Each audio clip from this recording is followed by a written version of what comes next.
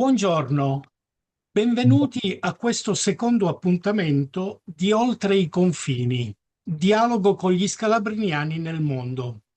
Una proposta del XER per conoscere e capire sempre meglio il mondo e la Chiesa.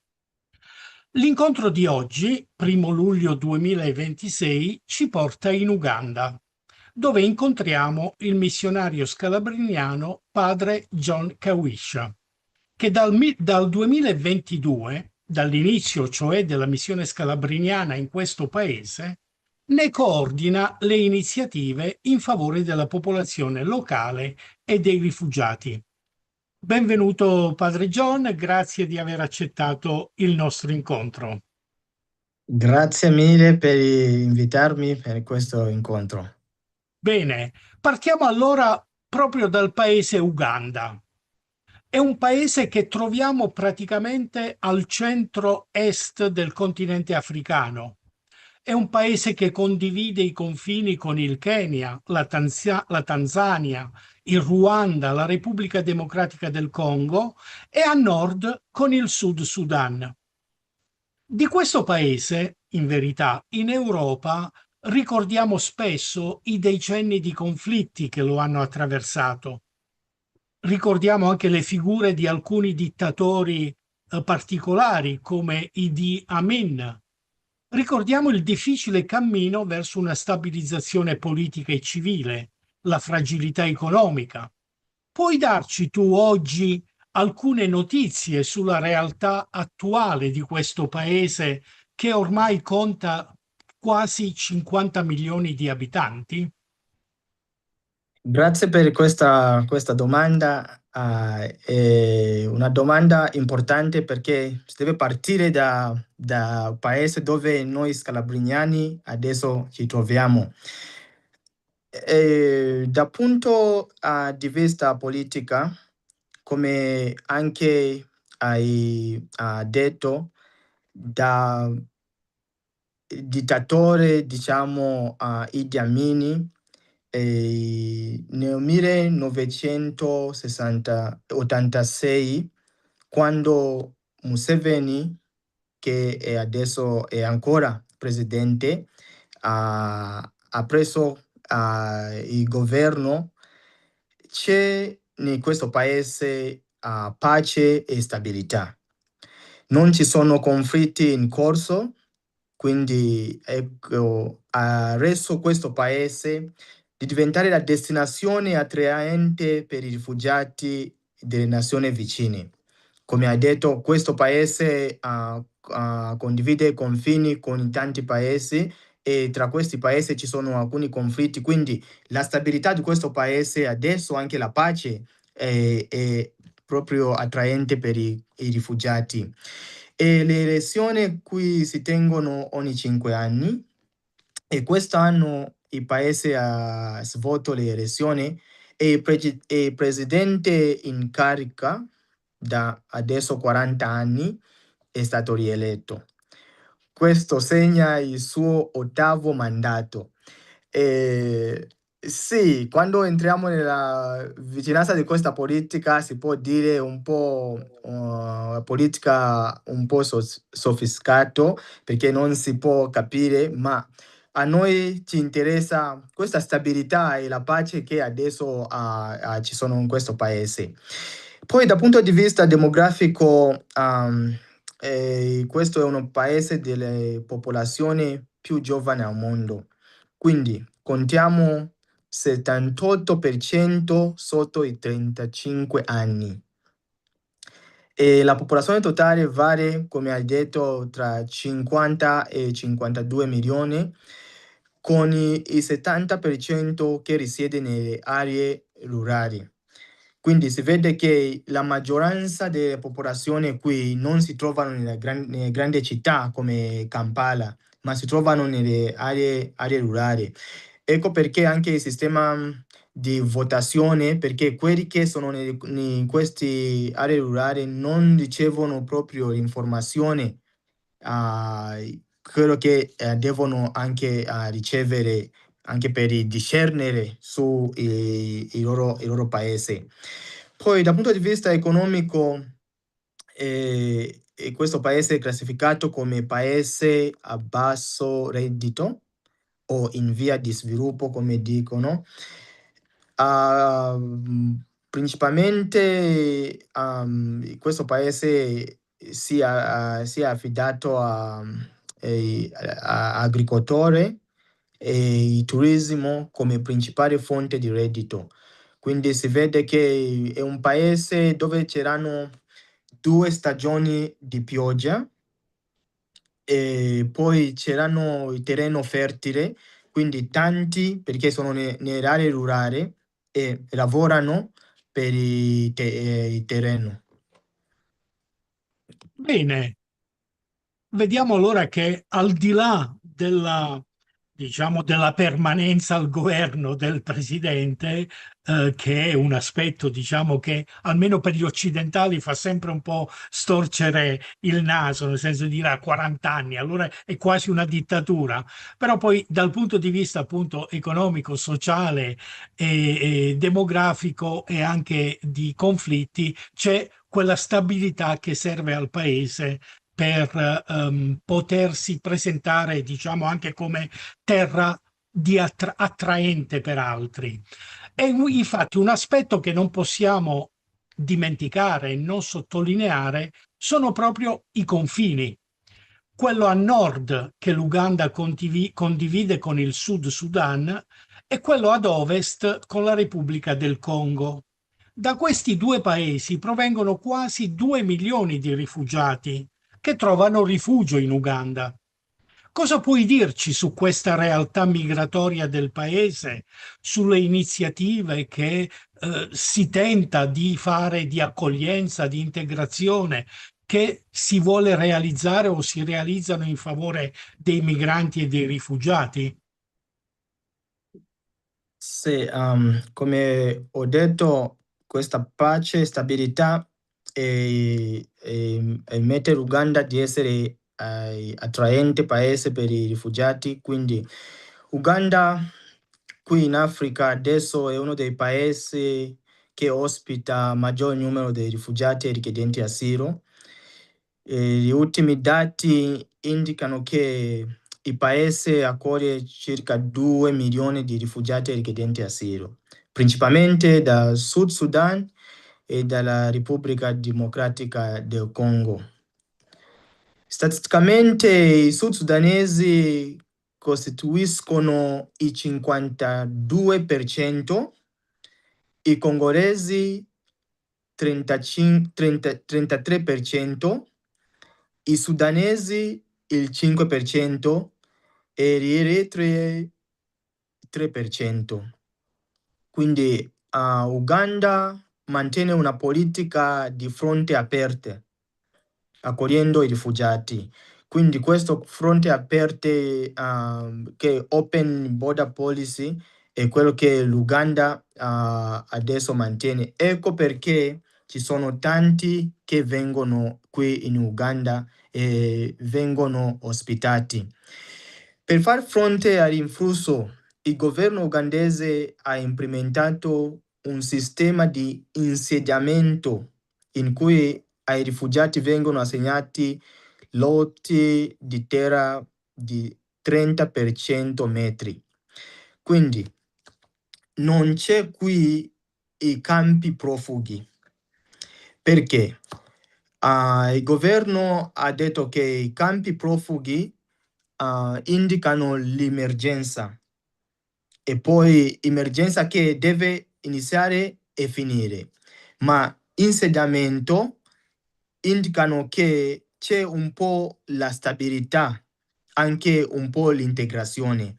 Quindi uno che viene assegnato un terreno, anche se è piccola, è piccolo 30 per 30, ma lì c'è un po' la stabilità.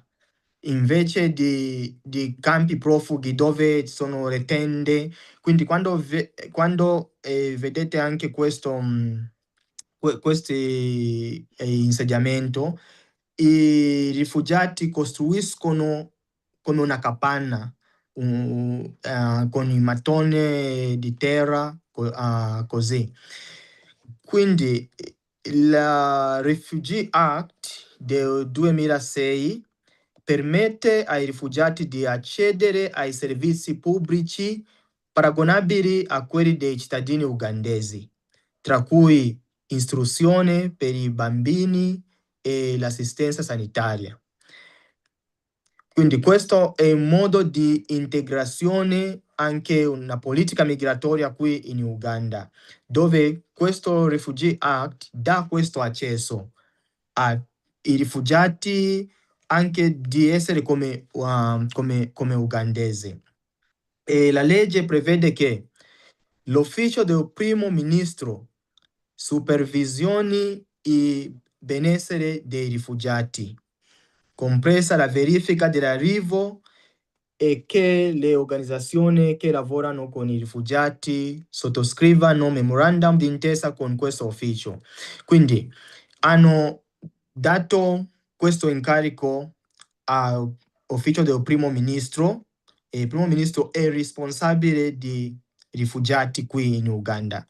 Quindi l'accesso anche ai rifugiati uno deve avere il permesso, il memorandum di intesa con l'ufficio del primo ministro che ha i rappresentanti in ogni angolo dove ci sono i campi di insediamento. Tuttavia, la gestione della migrazione in Uganda affronta sfide significative come il finanziamento limitato e i servizi insufficienti. Come paese in via di sviluppo, come ho detto, anche i cittadini ugandesi affrontano pressioni economiche e le recenti riduzioni dei finanziamenti internazionali, come sappiamo, hanno peggiorato la condizione dei rifugiati e richiedenti asilo. Molti non riescono a soddisfare i bisogni fondamentali come cibo, acqua pulita, assistenza sanitaria e istruzione.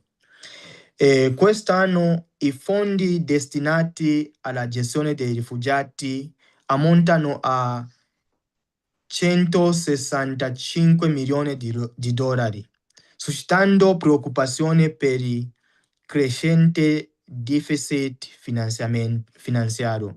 Quindi vediamo che anche l'ufficio di primo ministro, questa è l'ultima notizia, sono preoccupati come gestiranno questo influsso qui, vedendo che il numero sta aumentando a causa dei conflitti da Oriente e Congo Oriente, poi anche in Sud Sudan. E ancora i rifugiati vengono, ma dal punto di vista finanziamento è proprio diminuito. Quindi questa è la situazione adesso, anche se devo dire c'è un po' un sistema dal punto di vista del governo per affrontare questa sfida migratoria.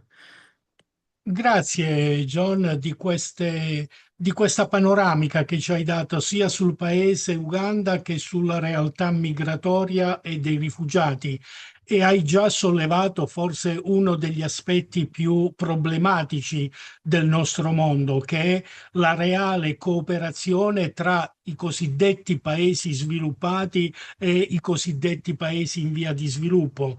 Si dice sempre che si vuole aiutare i migranti a restare a casa loro, però poi quando ci sono le agenzie che in un certo qual modo contribuiscono con dei fondi alla permanenza dei migranti a casa loro o nella loro regione di origine, queste agenzie o vengono chiuse, come è stato il caso di USAID, negli Stati Uniti, oppure i finanziamenti vengono ridotti notevolmente. Quindi da un lato si predica una cosa, di fatto poi se ne fa un'altra ed è questa una sfida che dovremmo continuare a rilanciare verso il mondo della politica. Ma veniamo ora agli scalabriniani.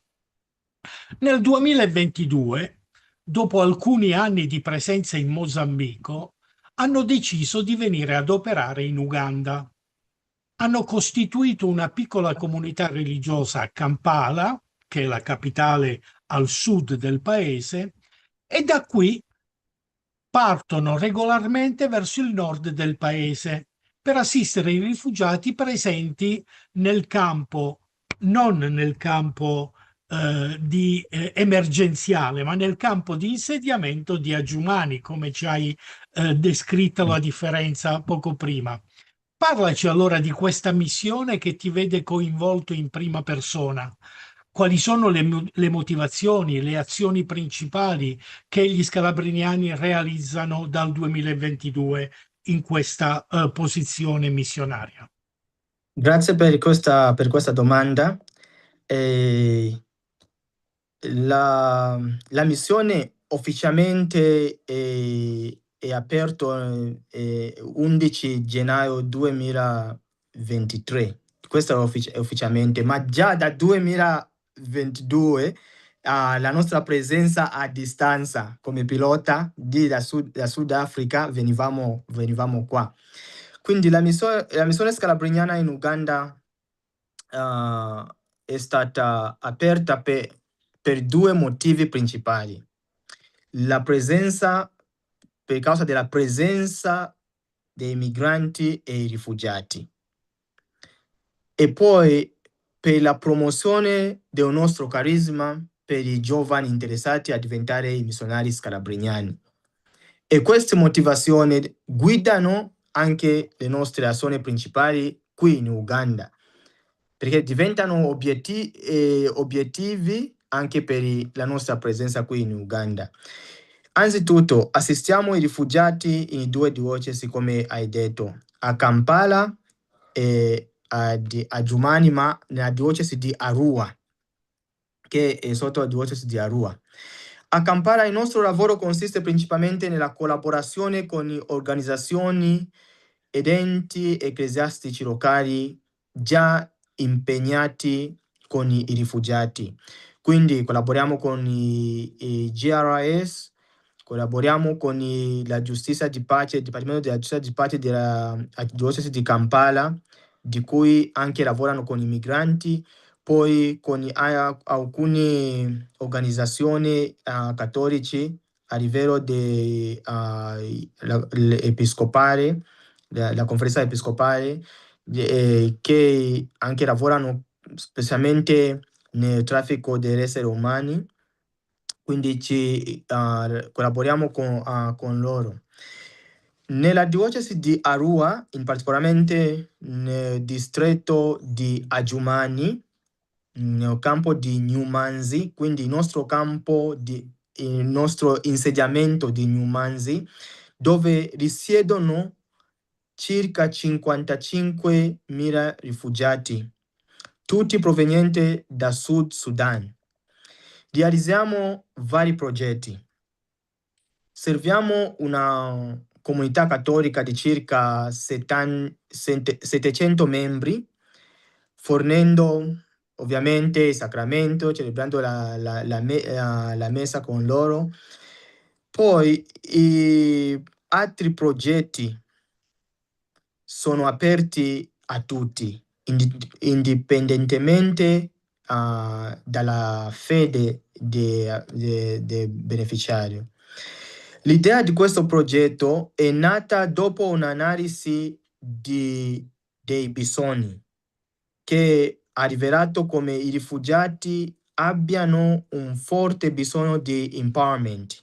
Quindi, quando siamo arrivati, quello che abbiamo fatto è di fare questa analisi. E l'analisi si è rivelato che c'è questo bisogno di empowerment nel settlement. Di conseguenza, tutti i progetti sono guidati dalla comunità, da questa analisi, rispondendo direttamente alle esigenze espresse dai rifugiati, assicurando che i nostri sforzi o servizi siano allineati con le loro priorità piuttosto che con le nostre, perché alcune volte si può rispondere ai nostri bisogni, non ai loro bisogni. Quindi ecco perché la prima cosa che abbiamo fatto è analisi dei bisogni, da vedere cosa avete bisogno. Quindi avevamo tanti incontri con i diversi stakeholders per capire come possiamo intervenire a rispondere a questi bisogni. Poi siamo venuti con un'iniziativa che si chiama Sviluppo integrale e integrato dei progetti, che comprende vari programmi come l'empowerment delle competenze. Quindi c'è questo blocco di empowerment delle competenze perché abbiamo visto che mh, tanti rifugiati mancavano le competenze, ecco perché non potevano neanche lavorare a guadagnarsi da vivere. Poi l'educazione, c'è un blocco di educazione in quanto ci sono tanti giovani che non vanno a scuola a causa di mancanza dei soldi per pagare le tasse. Poi la salute. Quindi questi tre blocchi abbiamo un po' detto, allora lanciamo la nostra attività di insediamento di New Manzi. Questi progetti sono pensati per favorire l'indipendenza dei beneficiari e facilitarne l'integrazione nella comunità locale. Quindi questo è il nostro obiettivo. Non soltanto aiutiamoli così, ma quello che vediamo o immaginiamo è che alla fine di tutto questo empowerment, questi beneficiari possono essere indipendenti, non dipendenti sempre, perché diciamo i rifugiati e anche i migranti devono essere protagonisti e per essere protagonisti devono prima essere devono prima ricevere questo empowerment per essere protagonisti nella loro vita piuttosto di essere sempre dipendenti da noi. La maggior parte dei nostri beneficiari sono donne. Questa è la particolarità della migrazione qui. Sono donne, poi bambini e i giovani. Questa distribuzione demografica riflette l'elevato tasso di migrazione femminile in Uganda, perché tradizionalmente si parla di migrazione maschile, quindi maschio va in un paese per guadagnarsi qualcosa per la famiglia, ma qui è tutto inverso. Quindi si vede che 60% sono le donne, 25 sono bambini, 12 giovani e 3 uomini. E che tipo Poi di competenze offrite a queste donne? alle donne abbiamo due competenze. Una è la sartoria. La sartoria, perché abbiamo visto che nel campo dove siamo non c'era neanche un corso che altre organizzazioni offrivano per la sartoria. Poi vedevamo che 55 persone o popolazione almeno avranno bisogno di comprare qualcosa da coprirsi, almeno. Quindi abbiamo fatto questo. Poi stiamo realizzando per implementare un altro progetto che è un progetto per i parrucchieri, perché anche lì vediamo che specialmente la maggioranza sono le donne che curano dei capelli, non sono come noi uomini, quindi anche lì abbiamo, anche loro ci hanno detto che il parrucchiere è un progetto bene. Poi abbiamo anche la competenza nella lingua, perché vivono tutti in questo insediamento, parlano una lingua locale. Poi devono accedere ai servizi pubblici di ugandese dove parlano inglese. Quindi uno che porta un bambino all'ospedale deve almeno dire al dottore che è ugandese cosa non va per il bambino, o a scuola o a mercato. Quindi ecco perché abbiamo detto il corso della lingua anche per facilitare questa integrazione nella comunità locale. Poi, come scalabrignani, offriamo anche, sosteniamo per così dire la chiesa locale a livello diocesano. Quindi uno dei nostri padri fa parte della commissione per i migranti e i rifugiati, il sottoscritto. Quindi anche lì offriamo un po', condividiamo così dire il nostro carisma, perché per noi non è non siamo esperti, ma è proprio il nostro carisma e il nostro sangue. Poi inoltre, mentre assistiamo i rifugiati, promuoviamo anche vocazioni alla vita religiosa nella nostra congregazione, perché questa è anche una cosa importante. E, e da quello che facciamo possiamo anche chiamare esplicitamente i giovani che vogliono essere parte della nostra comunità religiosa, alla nostra congregazione. Quindi accompagniamo i giovani nel discernimento della loro vocazione, sperando che un giorno emerga un scalabrignano ugandese. Attualmente abbiamo 3 giovani nella fase iniziale della formazione con noi, mentre gli altri sono nella loro casa, ma vengono accompagnati. Bene, se tu dovessi descrivere brevemente i bisogni principali a cui vorresti ancora dare delle risposte che non siete riusciti a dare, che cosa chiedete a quelli che vi ascoltano, che vorrebbero aiutarvi? In che maniera si può sostenere la presenza, la missione, l'azione scalabriniana in Uganda? Grazie per questa domanda. Si vede qui che il bisogno necessario adesso, anche il necessario di base, è il cibo. Cosa è la situazione qui? La situazione adesso è cambiata, visto che le persone dipendevano da distribuzione alimentare del programma alimentare mondiale, che recentemente queste distribuzioni sono cessate, lasciandole impreparati a procurarsi il cibo in modo autonomo. Quindi questa è la situazione. E noi come scalabrignani non abbiamo un progetto per la distribuzione dei pacchi alimentari, perché riteniamo che questo approccio non sia sostenibile, perché ogni volta deve fare. Quindi quello che noi vogliamo fare è implementare i progetti agricoli, perché sfruttando anche queste 2 stagioni delle piogge in Uganda, poi anche il terreno fertile.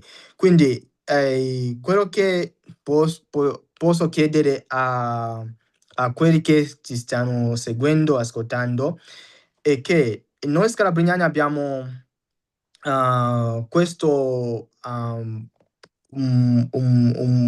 plan per comprare un terreno, forse a un terreno tra 30 e 50 ettari a nome nostro, poi distribuire temporaneamente questo terreno ad alcune famiglie, specialmente quelle famiglie che stanno proprio soffrendo per agricolture stagionali, permettendo loro di scavare per piantare così in quella stagione.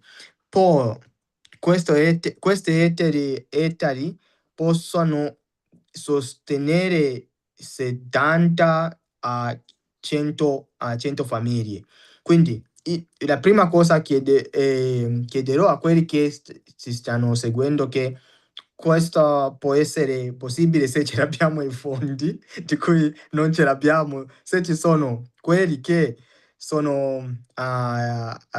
vogliono vivere la carità, la generosità, possono aiutarci, così noi aiutiamo i rifugiati.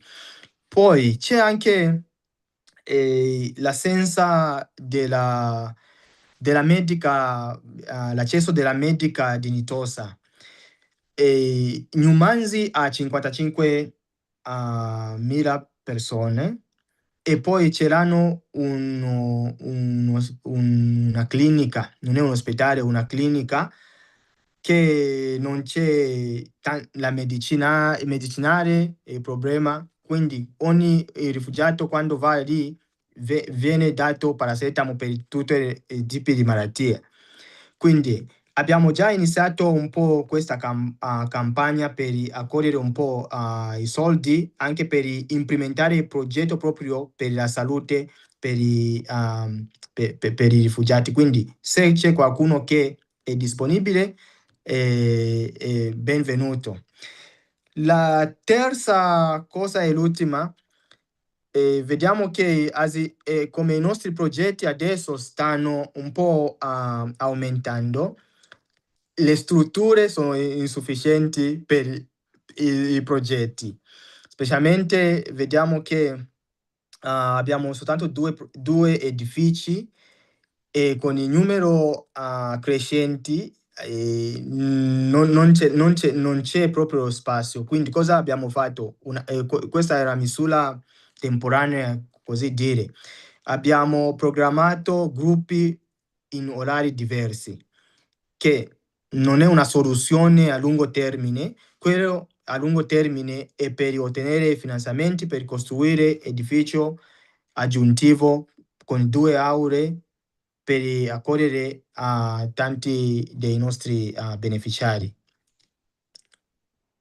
Bene, John, allora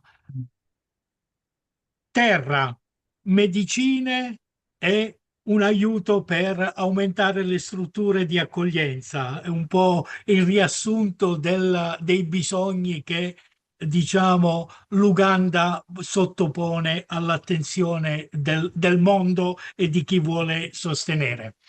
Per concludere questo nostro incontro, una battuta.